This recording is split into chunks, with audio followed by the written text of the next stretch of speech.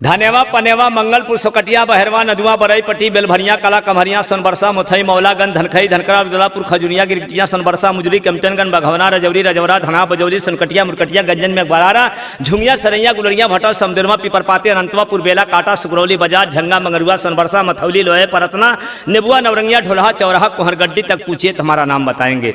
मेहरी रसगुल्ला खाती अमाई के जीरा तरसता यह पाप देख के बदरवा बरसता बेच के खा गई ईमान हमारे यहाँ एक साल बलिए नहीं फूटल जोता गए धान कहनी के बरसा ले पानी बन के भगवान माई बाप जन्मा के काटे परेशानी चारों धाम कही के पत्थर पर गिरा के पानी कहा नहा लनी पाप कट गई पाप कट नहीं गई पाप तुहर चढ़ गई माई घर ही बासी चल गई नहाए काशी तो तोरे लिए खुदा हो गई पासी काठी कंठी पहिर के बना चतुराई के उग टाटी फाड़ के हेल जाता का कंठी गोहराई जिला महाराजगंज थाना जे रम ताकत ही दिलवा कंडरवा चलता वीडियो तरह गाना छपिया पढ़ाओ तरह परसा मौलाना बांसे पर के लड़की हो गई दीवाना रोजवे चढ़ता लेक फरार हो गई मौलाना 10 बजे राती के टेलीफोन के अजमत भैया बना दा गाना हम कल आज बना दी गाना बिहरा मैक पेला जाए थाना उल्टे देव दिलवाना पहले पता लगाइए कहाँ गई मौलाना हम लिख दी गाना कि हम लिख दी गाना।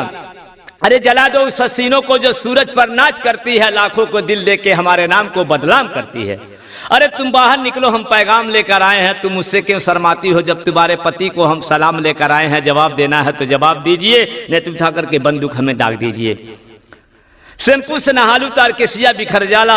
जब तुम मुस्कुरा के ताकेलू हमार पेटवा वैसे भर जाला ओठलाली लगावलू तो गजब का रूप लागेला ना जाने तू कवन जादू चला देलू कि हमरा के भूख नहीं लागेला तुहरे साथे गैले में धूप नहीं लागेला तुहरे इतना सुंदर केहू को नूप नहीं लागेला।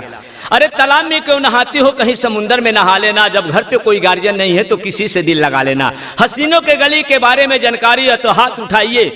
अरे इस हसीनों के गली में जाना नहीं जहर खा लेना मगर दिल किसी से लगाना नहीं। इलाही ने जिसे चाहा उसे आजाद कर दिया ए हसीनों ने जिसे चाहा उसे बर्बाद कर दिया। जान देना है ते दे दो वतन के लिए जान के देते हो दूसरे दुल्हन के लिए कोई हसीनों के गली में बेमौत मारा जाओगे तो कोई चंदा नहीं देगा कफन के लिए। जुल्फे लहरा के चलती हो नागिन के तरह किसी को डस लेगा हसीनों के गलिया में ना घुमा करो कोई सफेरा बेन बजा के पकड़ लेगा।